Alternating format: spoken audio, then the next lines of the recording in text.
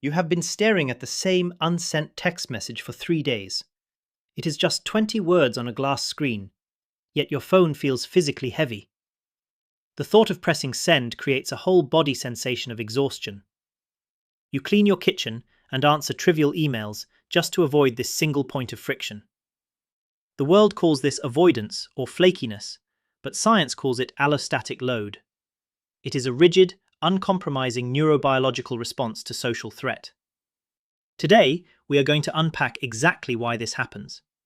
We will look at your biological energy budget, and I will give you a single functional reframe to turn this exhausting paralysis into actionable momentum. To understand why a simple text message drains your energy, we must look at how you process social dynamics. We imagine ourselves as highly evolved, rational creatures. Yet, our nervous systems were forged in a prehistoric crucible.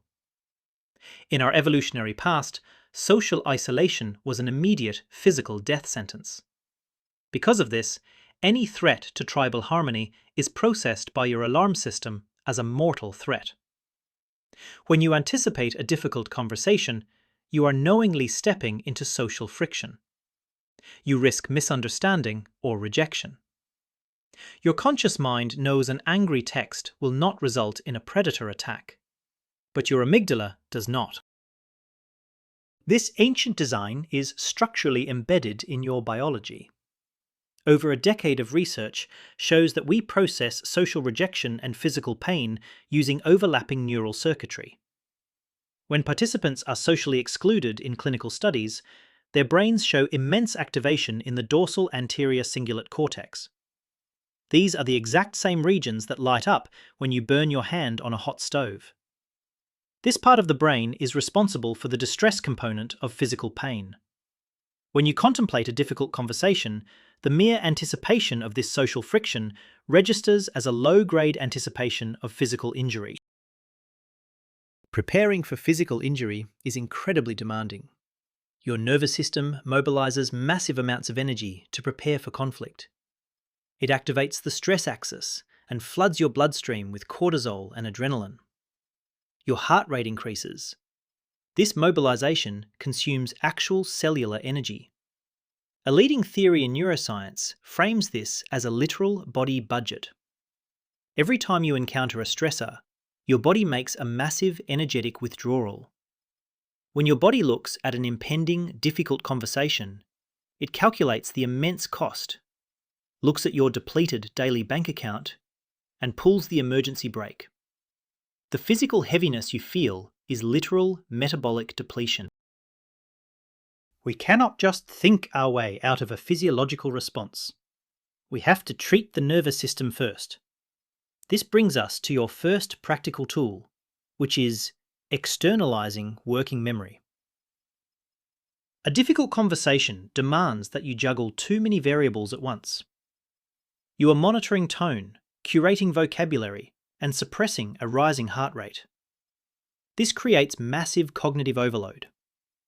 To fix this, stop relying on your internal mental workspace. Write down your main points on a physical piece of paper. Placing the information outside of your body instantly frees up massive amounts of cognitive bandwidth. Let us look closer at why this externalization tactic works so well. The area located just behind your forehead is the prefrontal cortex. It is responsible for your working memory and emotional regulation.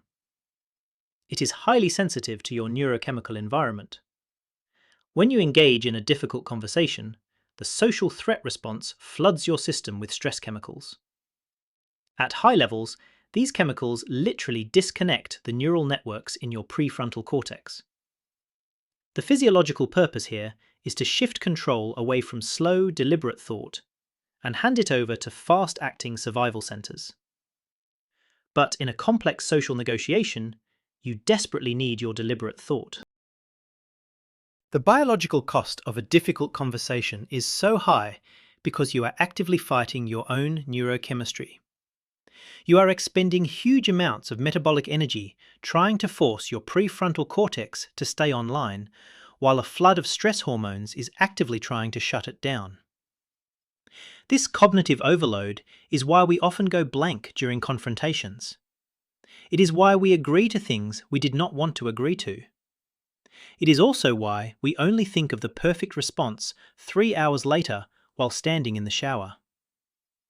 In the shower, the threat has passed, the networks reconnect, and your working memory comes back online. If the conversation itself is so exhausting, why does avoiding it feel equally draining? The answer lies in predictive processing. You are not a passive receiver of information. You are a proactive prediction machine. You constantly generate internal models forecasting what is going to happen next. Your ultimate biological imperative is to minimize uncertainty because uncertainty implies danger. When you know you need to have a difficult conversation, but you avoid initiating it, you open up a massive chasm of uncertainty. How will they react? Will they yell? To minimize this unknown, you attempt to resolve it through constant mental simulation. This is the root of rumination. Every time you run one of these mental simulations, you activate your default mode network. Crucially, your biology does not cleanly distinguish between a vividly imagined threat and a real one. As you ruminate on the disastrous potential outcomes of the unsent text, you repeatedly trigger the exact same physiological stress response. You release microdoses of cortisol and adrenaline. You elevate your heart rate and consume your energy budget for a conversation that has not even happened yet. You might avoid the conversation for 5 days, but during those 5 days, you have not avoided the conflict. You have actually had the conversation hundreds of times in your head. This creates what we call the anxiety gap. You pay a high biological tax on an uncompleted task. In many cases, the energetic cost of avoiding the conversation for a week far exceeds the energetic cost of enduring the 10-minute actual confrontation. This gives us a profound new lens through which to view common relationship dynamics, particularly people-pleasing. We are often told that if we love ourselves enough, we will set boundaries. If we do not, we suffer from low self-esteem. But looking at this through the lens of energy budgeting strips away the shame. It reveals a highly functional survival strategy. When you face a boundary violation, the immediate energetic cost of setting the boundary is staggeringly high. It requires initiating social threat and utilizing immense working memory. Conversely, the immediate social cost of saying yes is zero. There is no social threat or cortisol spike. People-pleasing is fundamentally your biology attempting to bypass the massive metabolic expenditure of a difficult conversation. It is an energy conservation tactic. The flaw in this strategy is that it only optimizes for the short term. You save energy today, but condemn yourself to a slow bleed of energy tomorrow. This brings us to the fundamental reframe. Recognizing this dynamic is incredibly liberating. When you find yourself paralyzed before a difficult conversation, you can stop shaming yourself for being weak. Instead, you can objectively observe your biological reality. You can recognize that your body is evaluating the acute metabolic cost of this social threat and trying to protect your energy reserves. This physical dread is not a sign of failure. It is proof that your regulatory systems are working perfectly by prioritizing immediate survival. Once you understand the mechanism, you can recalibrate it. How do we afford to send the heavy text? The solutions must be structural, not just linguistic. Rehearsing a script will not work if your prefrontal cortex is offline. You have to change how you interpret the physiological arousal. Research differentiates between a threat response and a challenge response. When you view a difficult conversation as a threat, your blood vessels constrict and cognitive function drops. This happens when the situation demands more resources than you have available. However, when you view the same physiological arousal as a challenge, your blood vessels actually dilate. More oxygenated blood reaches your prefrontal cortex, enhancing your cognitive performance. You shift from a threat to a challenge state by consciously reframing the physical sensations of dread.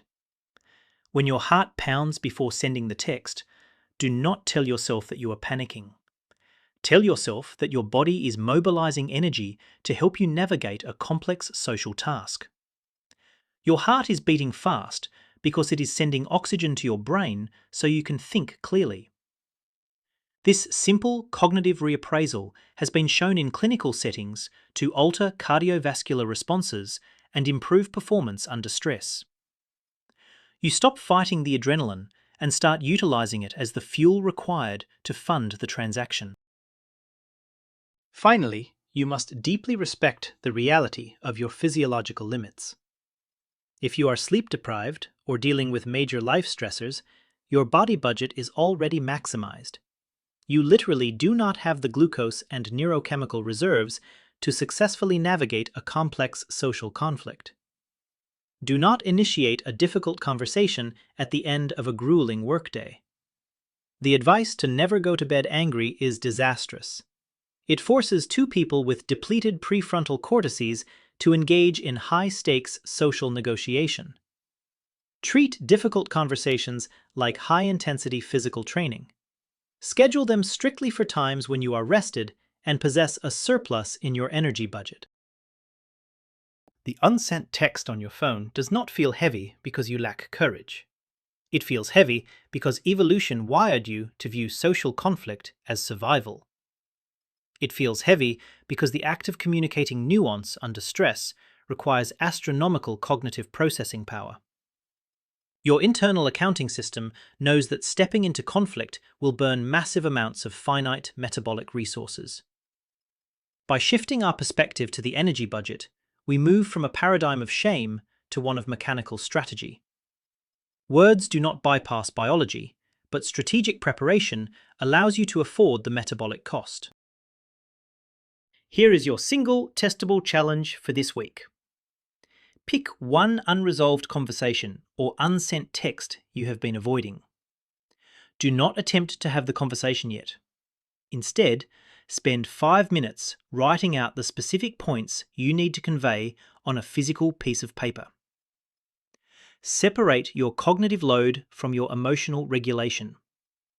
Notice how the visceral dread decreases the moment the data is externalized and out of your working memory.